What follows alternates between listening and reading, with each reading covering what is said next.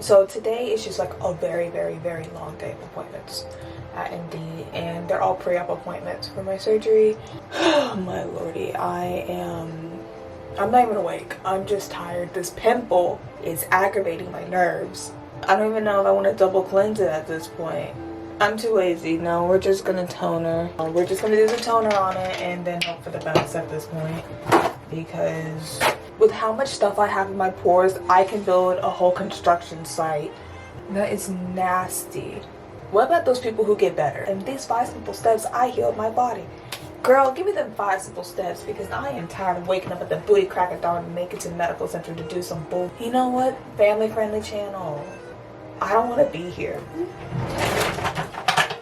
Thank you for coming to my TED Talk. Literally at this point in life. Like, thank you for coming to my TED Talk. Like, literally. But girl, this is not the toothpaste. My teeth are so messed up. I have to go through like 18 different toothpastes and then 18 different mouthwashes just to have a mediocre smile. Mediocre. My smile looks like I barely even put a toothbrush to my teeth.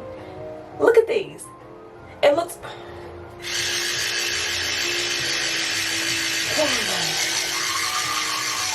Okay, now for me to like wipe off all the film on my tongue because I take so much asthma medication that like I have a permanent piece of film on my tongue. Look at that. That is disgusting. Clean girl aesthetic. Surviving aesthetic at this point. Like, the day that I make it to clean girl aesthetic is the day I'm like, oh my gosh, I finally made it. But until then, we're giving I woke up. No. Okay, now to start the mouthwashes because like I said, I take so much asthma medication that by the first inhaler, my mouth is rank. It sure is. This one's for long action. This one burns like a MF. But honey, does it keep me going for about 4 hours.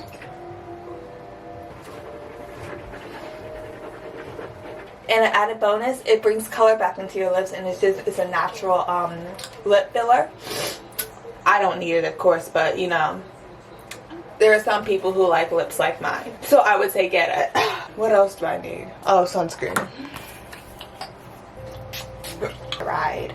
To get there doesn't get here till like 8, so now I have time to pack my bag and lollygag. And my hair is at a state of absolute mess and it's gonna stay this way until I take it out after my surgery. But this is like the best way to maintain it at this point. Onwards to my room. But I should probably do like a little bolus of a feed. Okay, so yeah, that's what I'll do. I'll do a bolus feed. And after I do a bolus feed, I also need to check my lung capacity. So let's do those 2 things real quick before anything happens.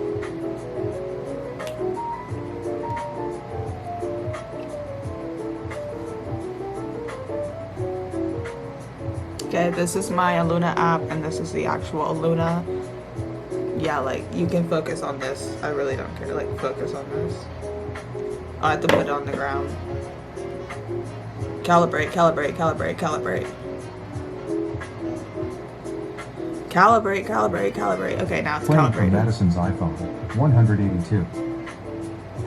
Okay, so now that it's like all nice and calibrated, so what it does is it does like the typical, if you got asthma, you know what this whole ordeal is. You're trying to make it to the final star, so make it to the final star with me at this point. It's my life's passion every day, making it to the final star, and I most of the time never do. Reaching for the stars, but barely grasping. It's the story of my life. Okay.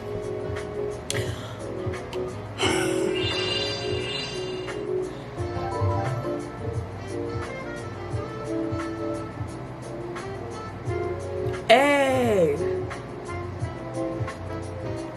That's a good grade. That's a good grade. So whenever I do my bolus feeds, this is just how I do them. This is not how you're supposed to do them, but this is how I do them in the years that I just needed some quick cows, a quick meal, and as over time I've tolerated more mass amount of my formula. So like this isn't me saying like, oh my gosh, yeah, this is the way to do bolus feeds. Hunty, no it's not. This is just how I do them.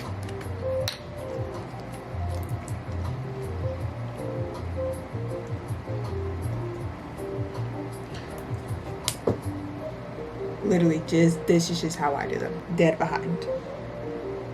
Because sometimes I'm like, okay, if it's like early in the morning and I'm not nauseous or anything like that, I'm like, okay, I can do that, like no problem whatsoever. And typically I'll even like have my pump do it at this same rate, which is like, I want to say 100 mils per hour or 400 mils per hour. I'll have my pump have it at that rate as well. But it really just depends like what I'm putting through. If it's like a protein mix formula, the nitrous citrate, not the nitrous citrate, oh my gosh, I'm not trying to take myself out. The magnesium citrate, or what's the other one called? You see? I like, whenever I say I tolerate it, I do not tolerate it. I literally mean I didn't make enough time in my morning or my day to do anything else, and I still need the calories to get me through the rest of my day. So honey, we just floor it. Legitimately, we just floor it. I typically do like, it's just like a lot of volume. Just, I like to think of it as me drinking like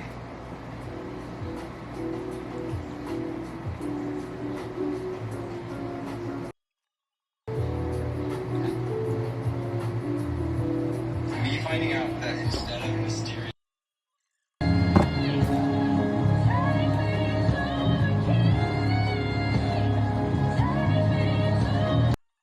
cut wig and 180 density.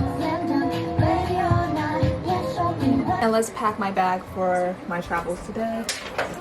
Okay, everything I don't need out. So in this bag, I think I'm gonna put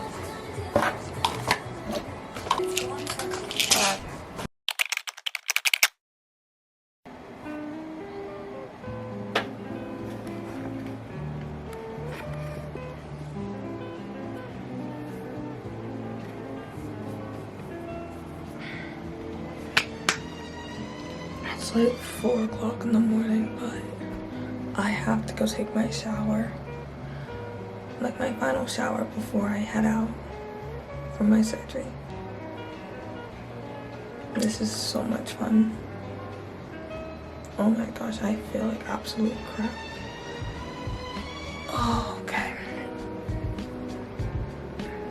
Look at my eyes. They're so red and swollen. Okay, but yeah.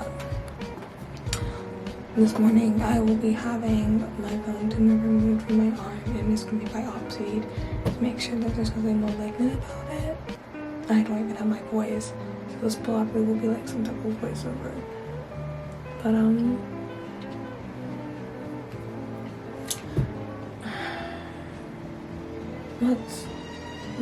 let's get this going.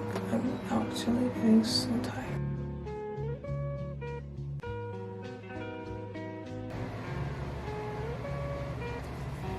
Okay, so it is currently now 4:09 p.m.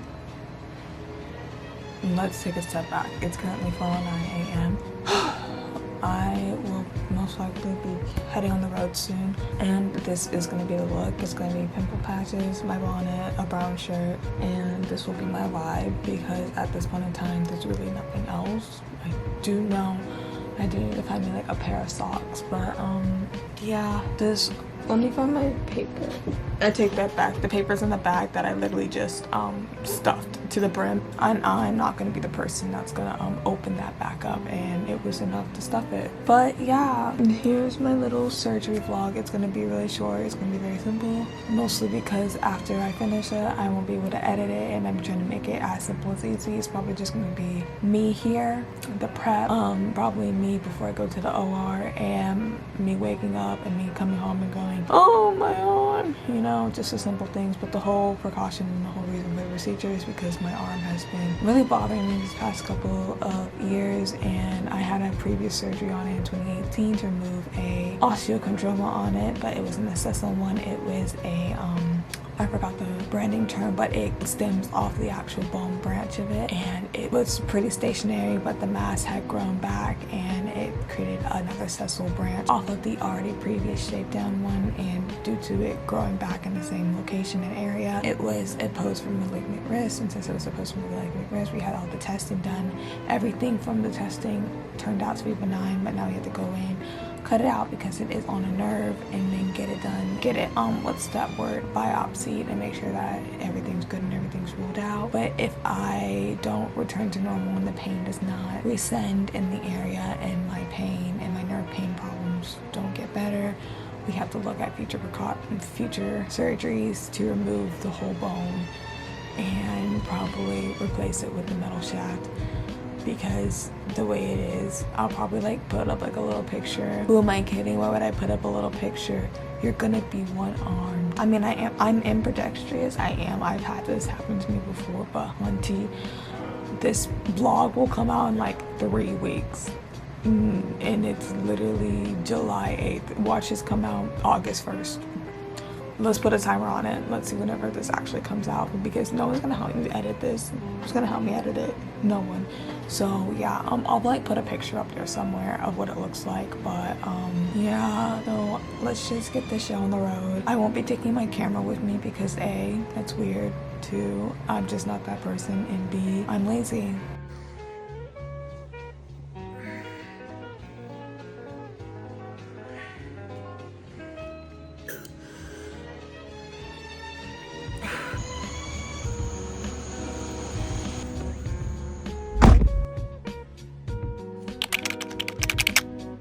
So I had my surgery on Tuesday. It's currently Monday, and I have almost made 1 full week post-op since my surgery. And you can tell that like one arm is like literally out there, because at this point I can't have anything like constricting or like rubbing against the incision site, so I did have to cut off the sleeves for all my garments. But yeah, that's currently where I'm at right now. The operation I had was the removal of a 1 centimeter, like 1.2, 1 centimeter osteochondroma of my arm. I think it was a sessile. It was a branch osteochondroma, so it wasn't on the stalk of the bone. It was a piece that came off. This isn't my first surgery on this arm. I did remove another osteochondroma in the same area on my arm. This piece is screwed back on around the same area and got wrapped up in the nerve, so it was causing me to lose issues. Not to lose issues, I'm so sorry. It was causing me to lose mechanisms of movement in my arm, range of motion, and dexterity in my hand. I do have several osteochondromas around my arm. I do have one up here and then one on the other side, which is on the stalk. We didn't remove those during this procedure because that one is more intensive and takes a lot more care and recovery, and this one would only take around 2 weeks to recover, while the other ones would be, I would say, 1 or 3 months of recovery due to how much bone would be removed and replaced. I would say that my recovery has been pretty good. I do have a follow-up appointment on Friday. That's gonna be fun. I do know for a fact that my surgeon, he is a professor at MD Anderson, and he is someone who's like really enthralled into the works of osteochondromas. Oh no, not osteochondromas, but what's the right word for that? Bone cancer, bone growth, and all of the things of all the sorts. He's like enthused and enthusiastic about it. And I will say, like, during my procedure and during my surgery, like, I wasn't scared about anything because I knew I was in really good hands, especially with like the anesthesiologist, because that man walked up in there with tattoos on his chest, and I was like, you know what, that means I'm good to go. He walked in with a suit and tattoos on his chest. I said, well, you had to pass, honey. And same with my same with my surgeon, you had to pass, or else, like, literally. Because the funniest part about all this is another holiday in a couple of weeks, and then after we come back from a holiday, I have another procedure. I kid you not, I have another procedure after we come back from holiday. I have a colonoscopy endoscopy to see what's going on with my stomach and my what's that word called, my intestines. And it's actually just so funny the way that I wish I was just someone who had one issue. Do you know what I mean? Like someone who just had one concurrent issue that just striked them their whole life, like bad lungs, bad kidneys. I got bad everything. Like there's not one. I have 3 systems I know for a fact that are perfect, no issues, no nothing. My thyroid, Home said her perfect. My blood sugar, always on T. Never low, never high. She always that girl. So that was my little check-in for today. I am doing a whole lot better after surgery. I do want to say I'm doing like a whole lot better and things are getting like a lot better, and yeah.